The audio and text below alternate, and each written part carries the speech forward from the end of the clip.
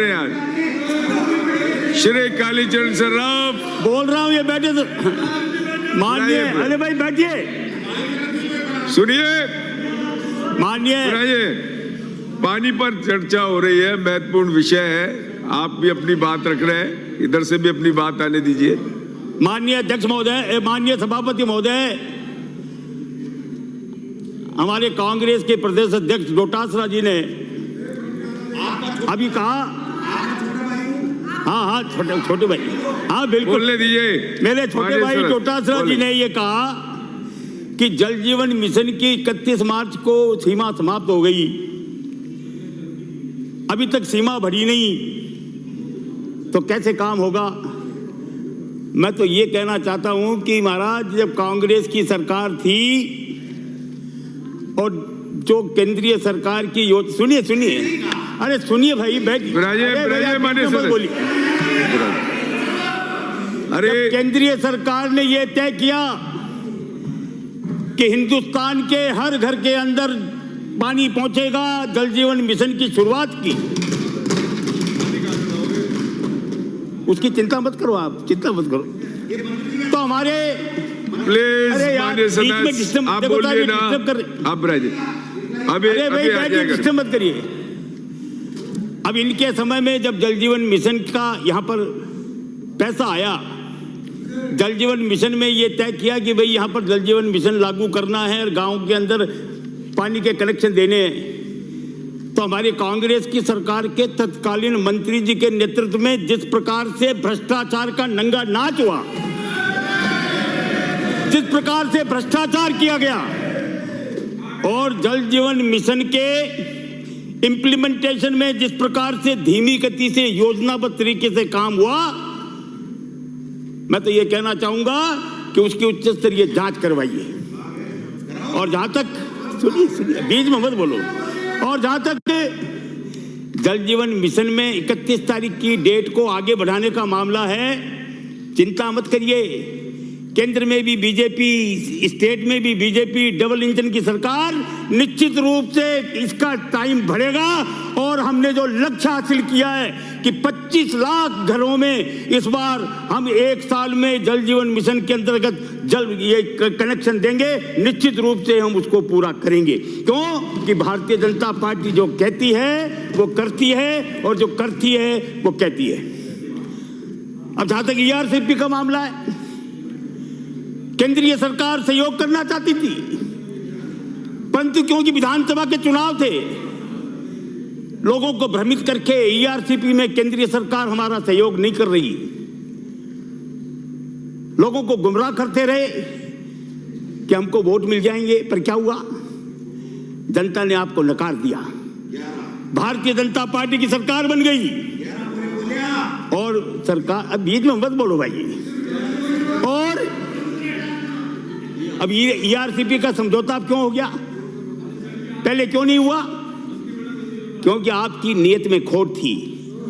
आप ERCP में समझौता करना नहीं चाहते थे, क्योंकि यदि ERCP का समझौता हो जाता तो आपको जितनी सीटें अभी मिली है उससे भी इतनी सीटें भी आपको नहीं मिलती।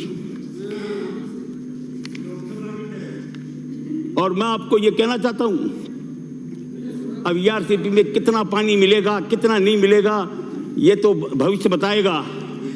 पर इतना मैं कहना चाहता हूं कि जो प्रदेश की 21 जिले हैं, वहां पेयजल के साथ साथ सिंचाई का पानी भी वहां के किसानों को, वहां की जनता को निश्चित रूप से मिलेगा। एक बात मैं और कहना चाहता हूं, जब भारतीय जनता पार्टी की सरकार थी पिछले 2013 से 2018 के बीच में, तो हमारे उस समय की प्रदेश की मुख्यमंत्री आदरणीय वसुंधरा जी ने मुख्यमंत्री जल स्वावलंबन योजना की शुरुआत की थी। उसमें तो पानी को इकट्ठा ही करना था। आपने उस योजना को, आपने कांग्रेस के लोगों ने उस योजना को, इनकी सरकार आई तो बंद कर दिया। मैं धन्यवाद देना चाहता हूं हमारी वर्तमान सरकार को कि उन्होंने जो जल स्वावलंबन योजना थी उसको पुनः चालू किया है और इसके अंतर्गत आगामी 4 वर्षों में 20,000 गांवों में 5 लाख वाटर हार्वेस्टिंग स्ट्रक्चर्स बनाए जाने की घोषणा की है। बीच में मत बोलो, मैं थाने बीच में कौन बोलूं भाई? आप उधर मत देखो, आप तो इधर। आप एक तरफ तो कहते हो छोटा भाई और फिर बीच बीच में डिस्टर्ब कर रहे हो। डिस्टर्ब मत करो। माननीय सभापति महोदय, यह बात सही है कि हमारे प्रदेश का क्षेत्रफल की दृष्टि से तो हम 10% हैं, परंतु में पानी की उपलब्धता केवल 1.6% है। पिछले मानसून में प्रदेश की भूमि को 10.96 अरब घनमीटर BCM पानी मिला और 16.55 अरब घनमीटर पानी हमने निकाल लिया। यानी 100% पानी की तुलना में 151% पानी हमने निकाल लिया। और उसका परिणाम क्या हुआ कि प्रदेश की 2023 में बनी 302 ब्लॉक की रिपोर्ट डराने वाली है। 219 ब्लॉक अतिदोहित हैं 100% से ऊपर, 30 सेफ हैं 70% से नीचे, 20 ब्लॉक सेमी क्रिटिकल हैं 70 से 90% और 22 ब्लॉक क्रिटिकल 90 से 100%। केवल प्रदेश में गंगानगर, हनुमानगढ़, बांसवाड़ा और डूंगरपुर सुरक्षित हैं। बाकी सब 6 जिलों में दयनीय स्थिति है।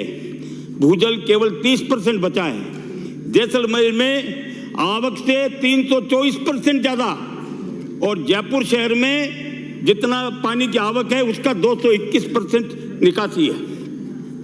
सीकर, अलवर, दौसा में सबसे ज्यादा भूजल स्तर घटा है।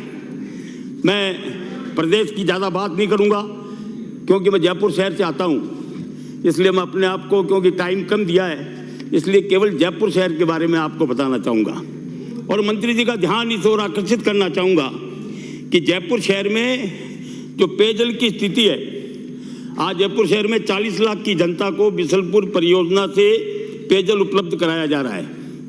इसके साथ ही अजमेर, टोंक और दौसा और सैकड़ों गाँवों में भी इस परियोजना के माध्यम से पानी उपलब्ध होता है।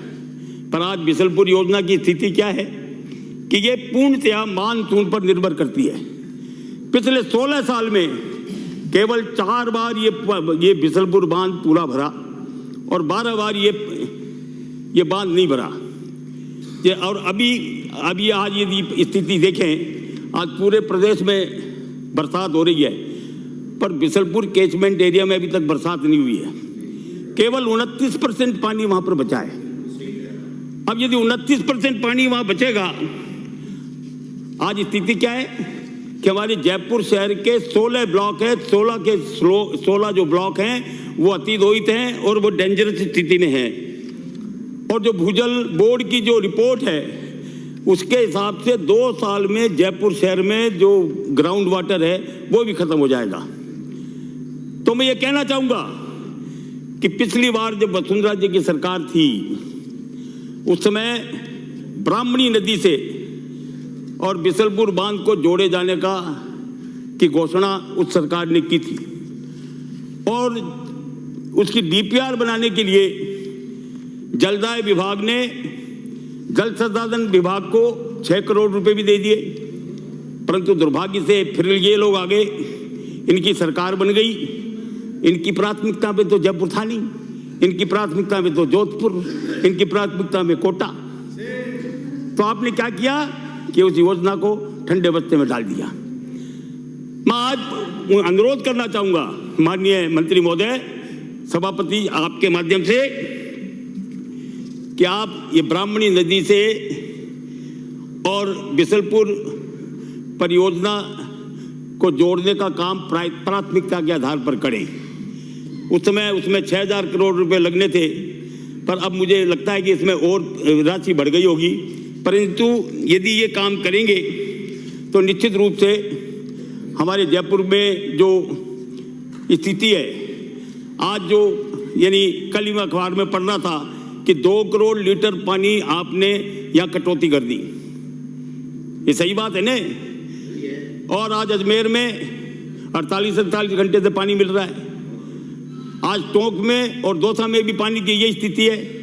तो यदि बिसलपुर से आप यदि ब्राह्मणी नदी को जोड़ देंगे तो ब्राह्मणी नदी से राणा सांगा बांध में और रावत बाटा का जो बांध है उसमें जो पानी वहाँ से जब भरने के बाद जो निकलता है वो वेस्ट जाता है, चंबल में चला जाता है।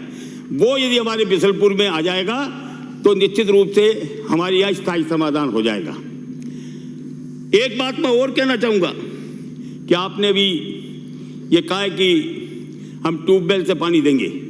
जयपुर शहर में 3300 ट्यूबवेल हैं अभी वर्तमान में, उनमें से 600 से ज़्यादा ट्यूबवेल अभी खराब पड़े हैं। तो मैं ये चाहूँगा, और आप कल कह भी रहे थे कि इनको प्राथमिकता के आधार पर हम लोग चेंज करेंगे, तो मैं आपसे अनुरोध करना चाहूँगा।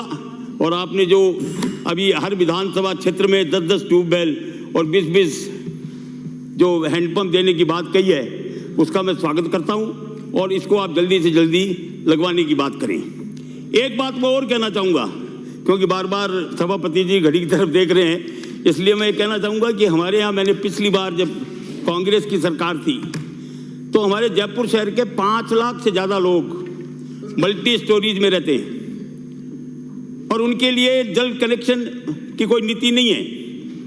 और उस समय जब मैंने कहा तो तत्कालीन हमारे जो मंत्री थे महेश जोशी जी, उन्होंने कहा था कि हम जल्दी ही इसकी नीति बना करके और लोगों को जल कनेक्शन देंगे, परंतु अभी तक जल कनेक्शन नहीं मिले। तो मैं आपसे कहना चाहूँगा कि जब आप जवाब दो तो इस बारे में भी कि आपका क्या सोच है और जयपुर शहर के जो मल्टी स्टोरीज के जो मकान हैं, जो मल्टी स्टोरीज बिल्डिंग है, उनमें किस प्रकार से आप जल कनेक्शन देंगे, इसके बारे में भी निश्चित रूप से आप बताएंगे।